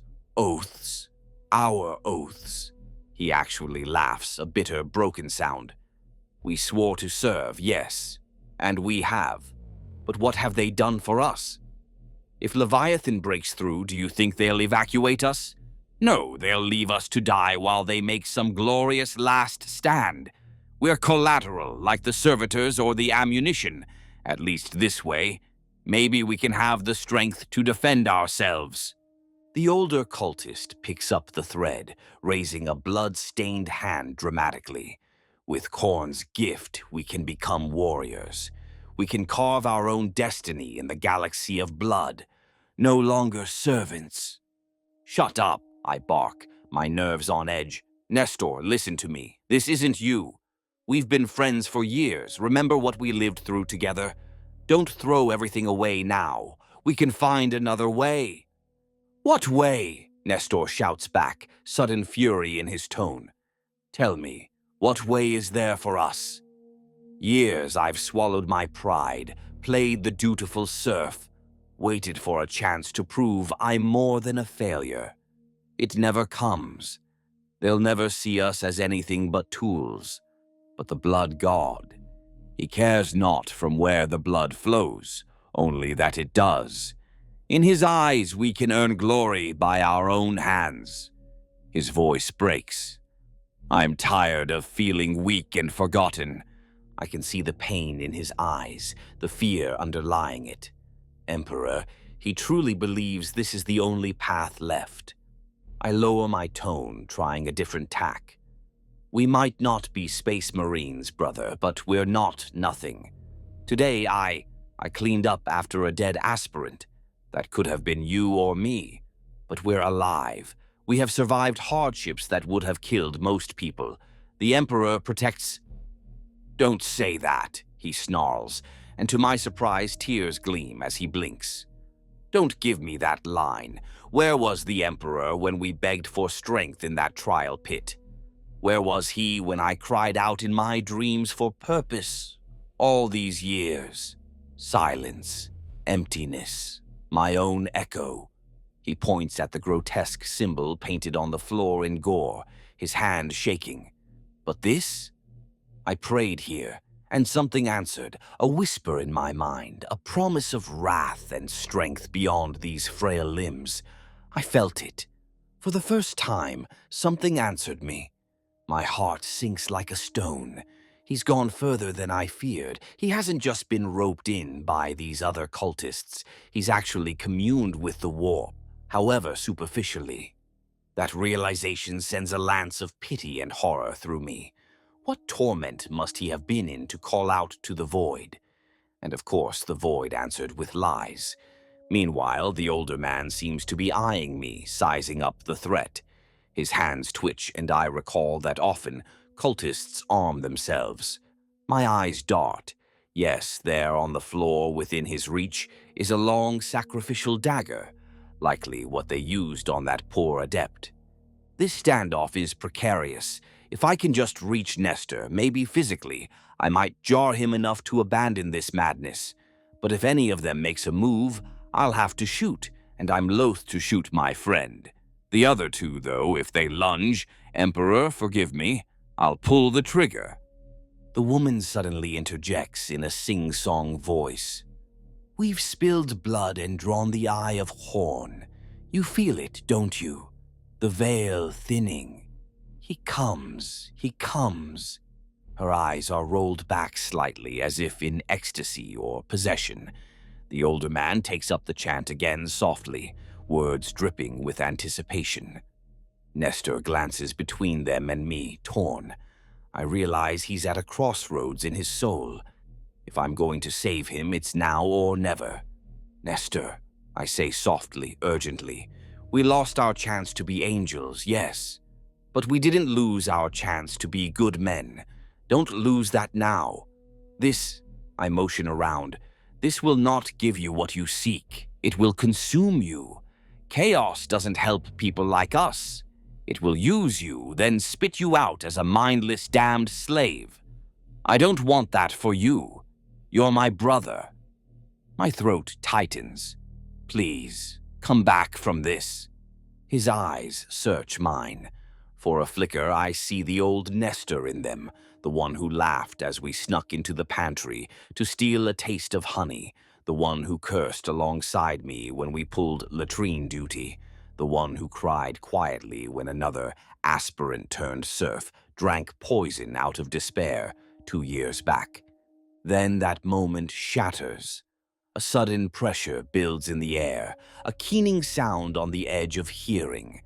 The candle's flames all gutter simultaneously, and a gust of hot wind whooshes through the chamber. The ritual, Emperor, save us. Something is actually happening. The older man grins wickedly. Too late, he giggles, a high-pitched, mad sound. He comes! Blood for the blood god. With that cry, he lunges not at me, but toward the center of the circle, grabbing the sacrificial dagger. In a flash, he slashes his own palm wide open, blood gushing. He flings it out in great droplets across the corpse on the floor, and the symbol daubed there. The blood sizzles as if on a hot skillet, and the air splits with a sound like fabric tearing. A red glow ignites over the blood-soaked symbol, a hateful, boiling radiance. I feel an intense wave of nausea.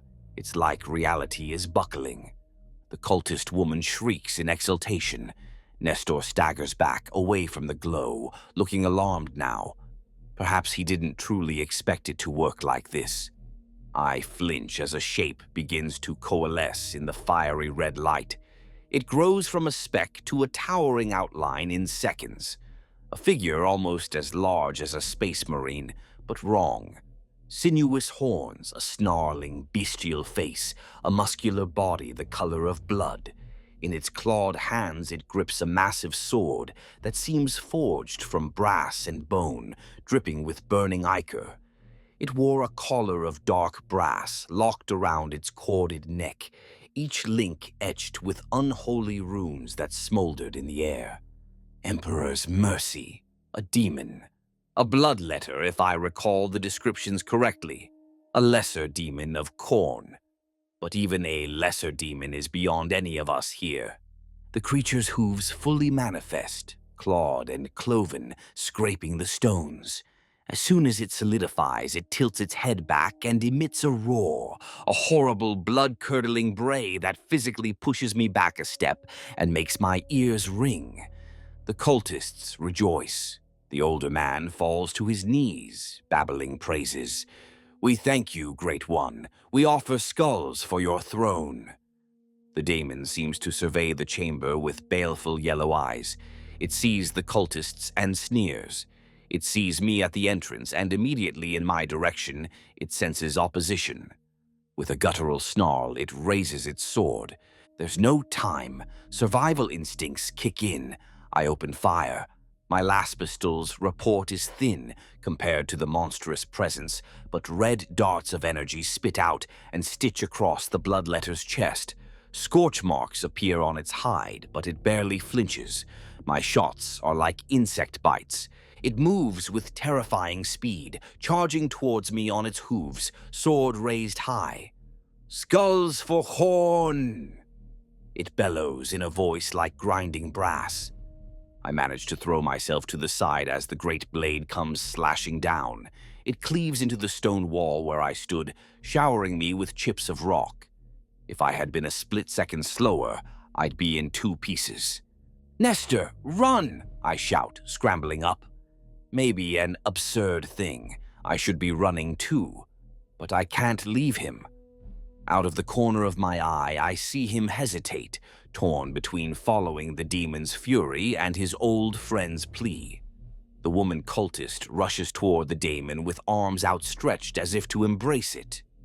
Blessed, she manages before, with one contemptuous backhand swing, the demon's sword takes her head clean off. Her decapitated body collapses, blood fountaining. The daemon laughs, a horrible wet sound, clearly reveling in fresh slaughter. The older man doesn't fare better. Realizing the demon is out of his control, he tries to scuttle backward on hands and knees, screaming for mercy that will not come. The bloodletter lunges and stomps a hoof down on his back, shattering his spine with a crack. The man's scream is cut off as the creature then impales him to the floor with its sword, pinning the twitching corpse like a butcher pinning meat. The demon seems to inhale deeply, as if savoring the blood scent. In those precious seconds, I grab Nestor, who's standing in shock at the swift demise of his comrades. I tug his arm. Move, you idiot! If that thing kills us both, where's your glorious new life then? That spurs him. Together we sprint out of the chamber into the corridor. Behind us, a furious bellow shakes the walls. A predator denied its immediate prey. I didn't know it would... Nestor stammers as we run, terror in his voice. No time, I hiss, heart pounding. We have to warn... Oh, a thunderous crash interrupts me. The bloodletter smashes through the arched doorway behind us, having wrenched its sword free of the corpse. It has to stoop slightly in the corridor, but is no less deadly. It barrels forward, faster than something that size should move, driven by blind rage. We duck around a corner and the demon's blade swings out, shearing through the stone corner like it's parchment. A spray of sparks and debris fills the hall as half the corner disintegrates. We both tumble, scrambling further down the passage. There's a junction ahead. I realize we're near a route that leads to an ascent toward the main fortress levels. If we can get up there, maybe the automated defenses, or, Emperor willing, a space marine or two might be alerted. But we have to survive long enough. The bloodletter doesn't slow.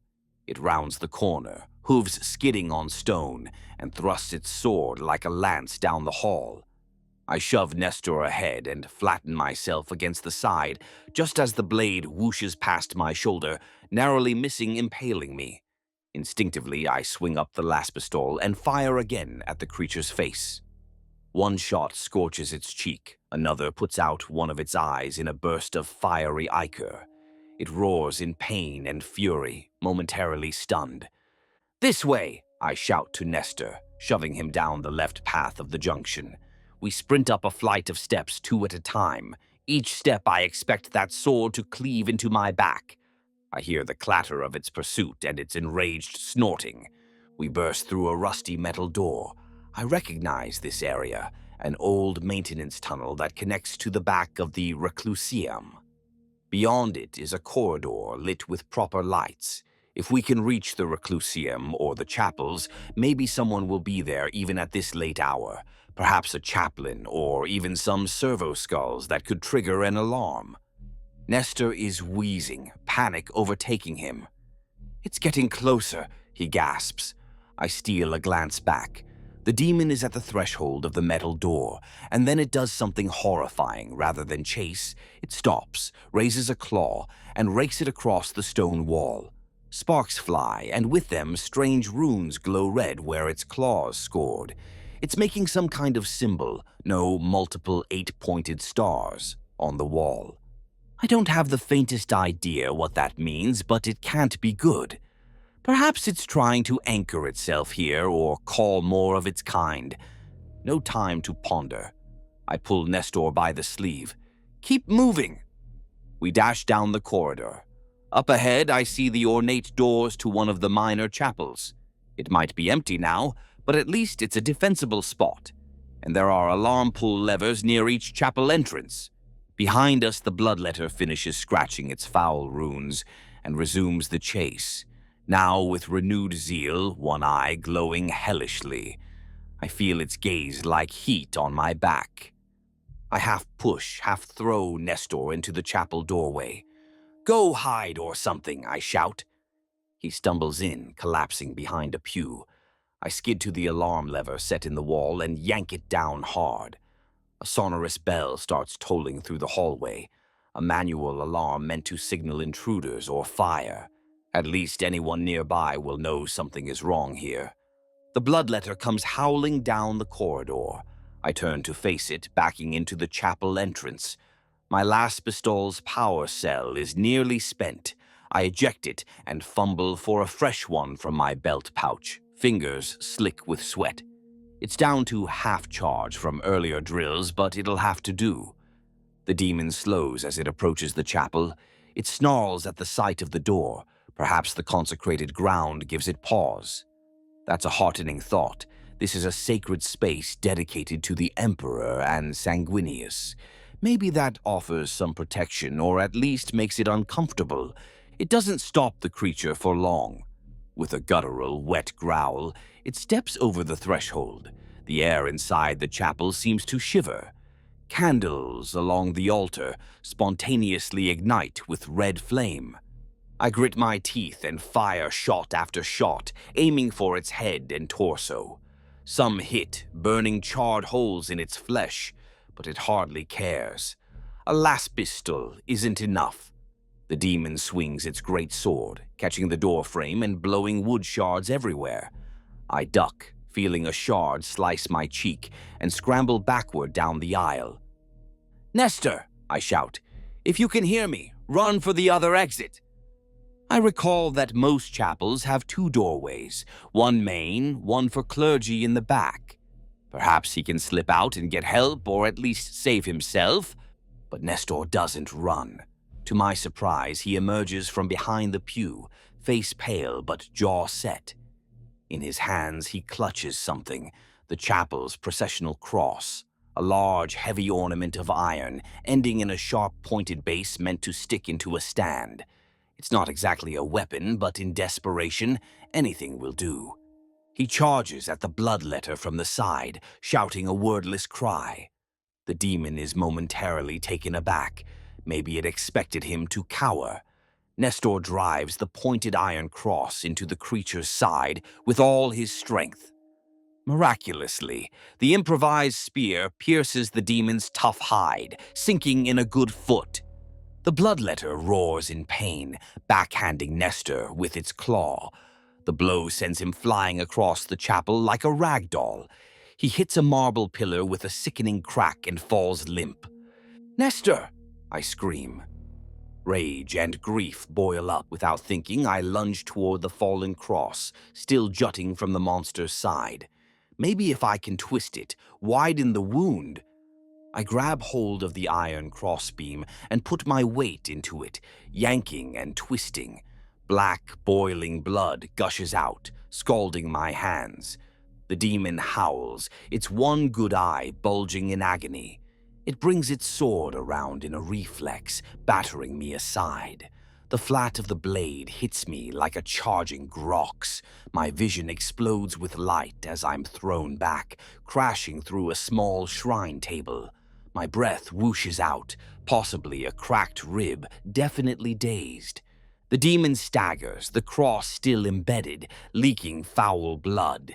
It looks between me and the unconscious Nestor, perhaps deciding who to kill first. It stalks toward Nestor, raising its sword for the killing blow, eager to claim the one who summoned it.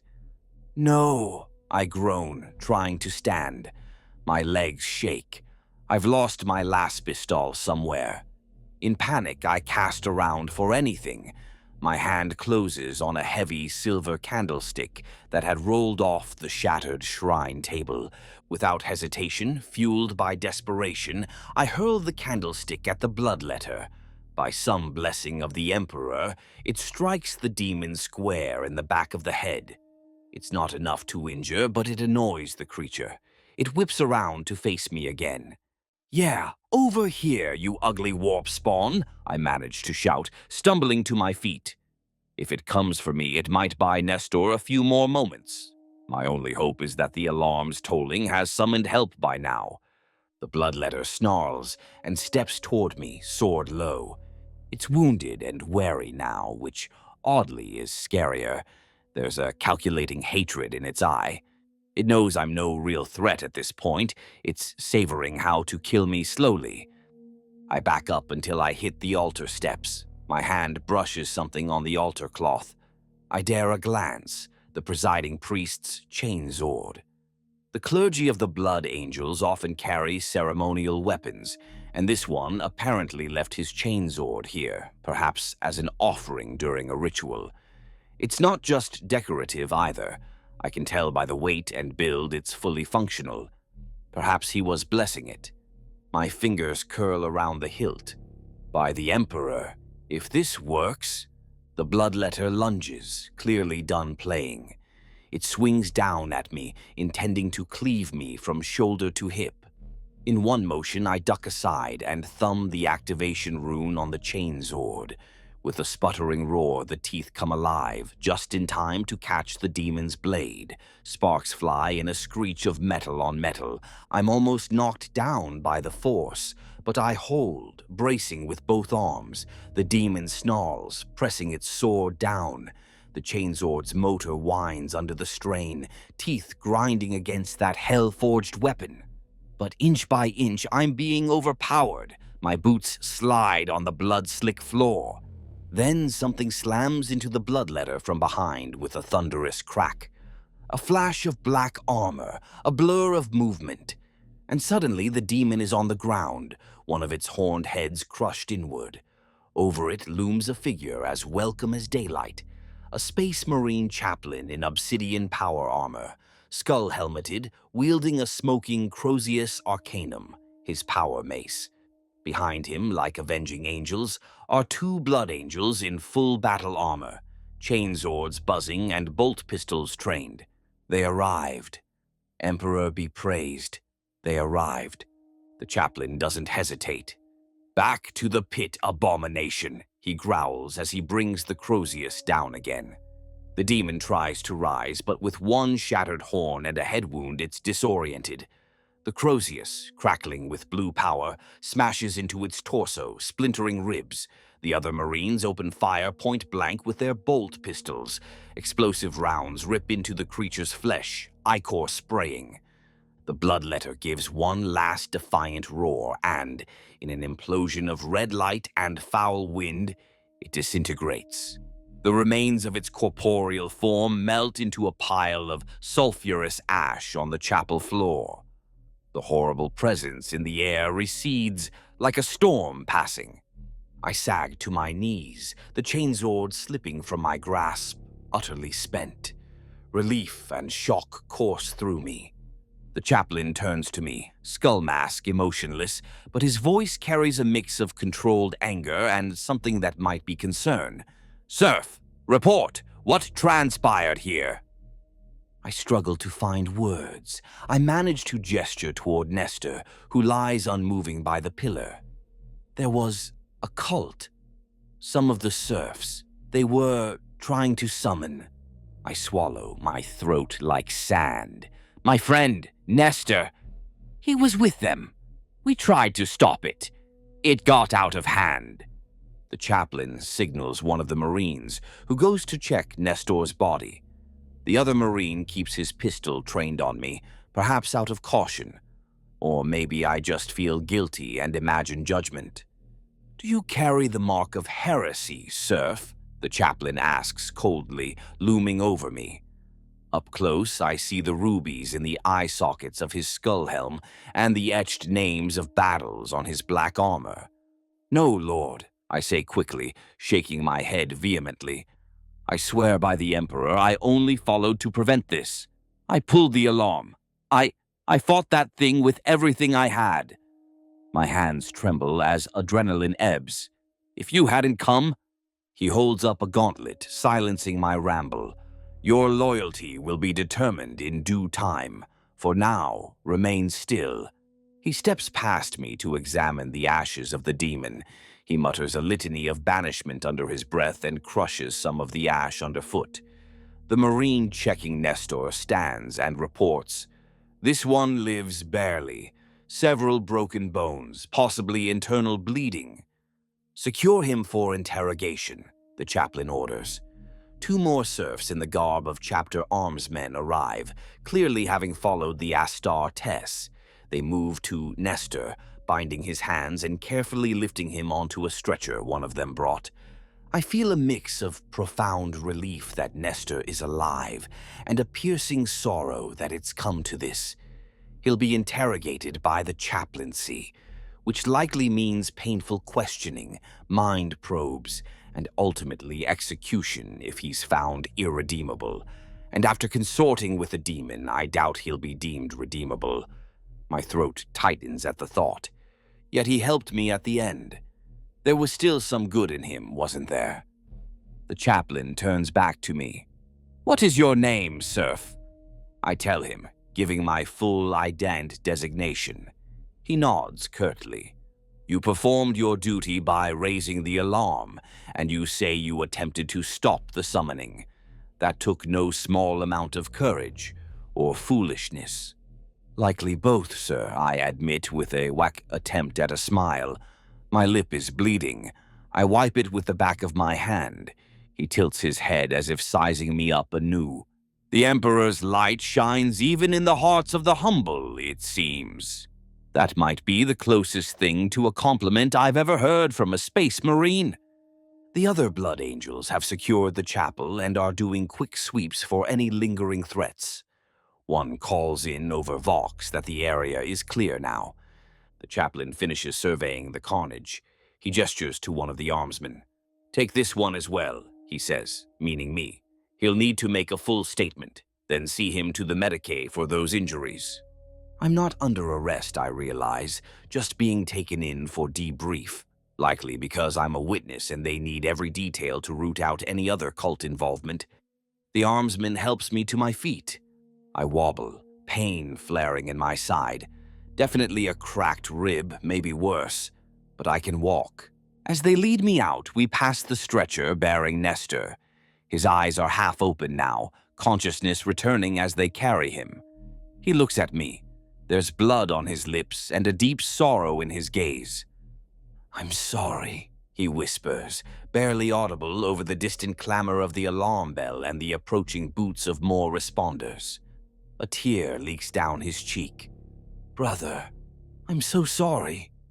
I open my mouth to respond, but words fail. What could I say? I'm sorry too, that it'll be all right. It won't be. In this life or the next, only the Emperor can judge him now. They carry him away, the chaplain following close behind, intoning prayers of purification to sanctify the air. I stand there for a moment, supported by the armsman's arm, watching my best friend being borne off in chains. The sad reality hits me like a hammer. We survived so much together, only for this to be the end of our road. Mercy was our weakness once, and perhaps it was a mercy that undid him in the end. My mercy, letting him live back in that trial. If I had killed him then, maybe he'd never have fallen to chaos. Or maybe it would just mean he died without straying.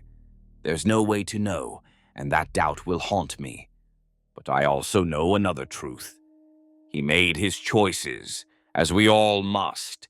They didn't allow me to see Nestor again before the end. Perhaps it was for the best. On the day of his execution, I was kept in a separate chamber, reciting litanies of forgiveness under a confessor's supervision, while a bolt pistol did its work in the next room. I flinched at the muffled crack of the shot that ended my friend's life. Afterward, in a final ironic duty, I was assigned to assist the apothecary's staff in disposing of the heretic's remains. Heresy does not earn the Emperor's mercy of burial or ceremony. It is to be purged utterly. And so I found myself in the crematorium vault deep beneath the fortress, standing before a glowing plasma furnace. The bodies of the two other cultists had already been reduced to ash. Now it was Nestor's turn. His corpse lay on a gurney, covered by a sheet. I pulled it back and forced myself to look one last time. His face was surprisingly peaceful, cleansed of the fear and rage that had twisted it in life's final days. He looked more like that young teenager who had stood beside me in the trial pit years ago, just a scared boy who wanted to be a hero. A scar on his cheek from that same trial stood out stark against pale skin.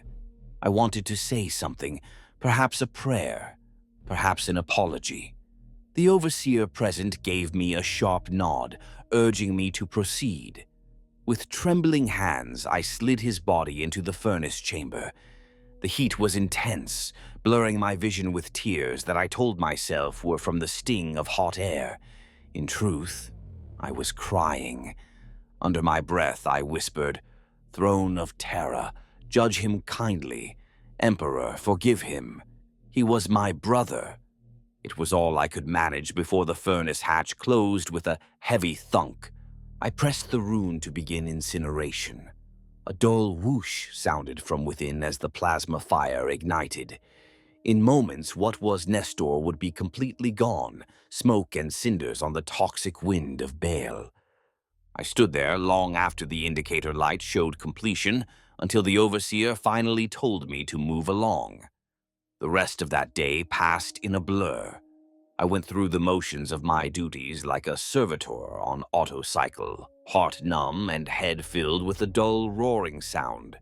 Within a week, it was as if none of it had truly ever happened.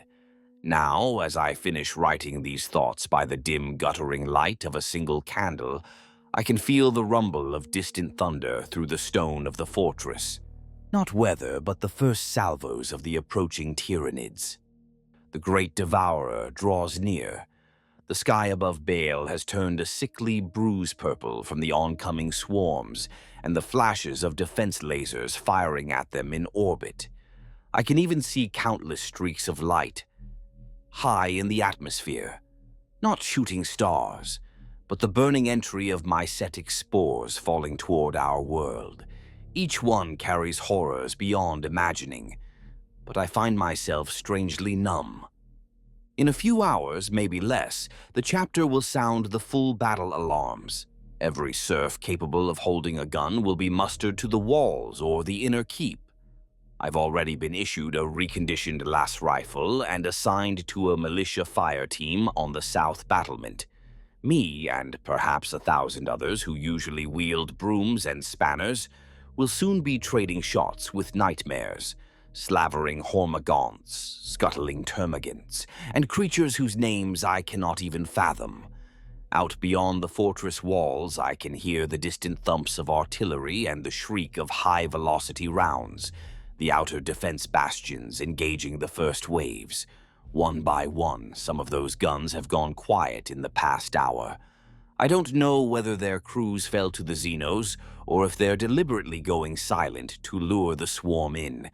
Either way, the enemy is coming. Part of me quivers with fear at what's about to descend on us, but part of me is oddly calm. After everything I've seen, the horrors in the dark, the betrayal of a friend, the wrath of a demon, what are mere Xenos creatures in comparison? At least the Tyranids are an honest enemy, straightforward in their monstrosity. We'll meet them with lasfire and grit, and either we'll hold the line or we'll surely die. Before I left to take my post, I took one last look around the quiet hallway where I spent the day cleaning. I whispered a simple prayer, not for victory or glory, but for the strength to do my duty until the end. That, I think, is something the Emperor expects of all of us, angels and serfs alike. I don't know what tomorrow will bring. Perhaps by this time next week I'll be nothing but a charred smear on a wall, just another nameless casualty in the very great annals of this war for the Imperium. Or perhaps I'll still be here, doing what I've always done, cleaning up the aftermath. Either way, I'll face it with open eyes. I often think back to what the chaplain said after the demon was banished, that the Emperor's light can shine even in the humble. I'm not sure how much light I have in me, but I know I carry on only because I must. Yesterday, I found myself cleaning the same chapel of sacrifice where this saga began. Another aspirant had died in the trials that morning. The recruitments haven't stopped despite impending war. They never stop. I was on hands and knees scrubbing once more the blood and vomit of a child who dreamed of being a hero. And I realized this endless cycle of blood and toil is exactly what it means to live as a non-combatant on a chapter world. We don't get the glory or the accolades. We don't get gene seed or power armor. We get the aftermath. We clean up the blood, we carry away the bodies, we patch the bullet holes. We endure and keep the home fires burning so the angels of death can fight on. It's a thankless existence, measured in grit and grime and heartache. Many would call it a sad reality, and it is in many ways. In the grim darkness of the far future, there is indeed only war. and someone has to clean up after it. That's the sad reality of being a non-combatant on an Astartes chapter world. We're the ones who live in the shadow of heroes, tasked with tidying up the blood and ash they leave behind. We don't get statues or laudations, but we do keep the light of humanity flickering, however faintly, against the encroaching dark. And as long as I draw breath, I'll continue to do so. Because if we give up, if we falter, then the darkness truly wins. I, for one, absolutely refuse to ever surrender to that night. The Emperor protects, and if he doesn't, then perhaps we, the little people, will just have to protect each other.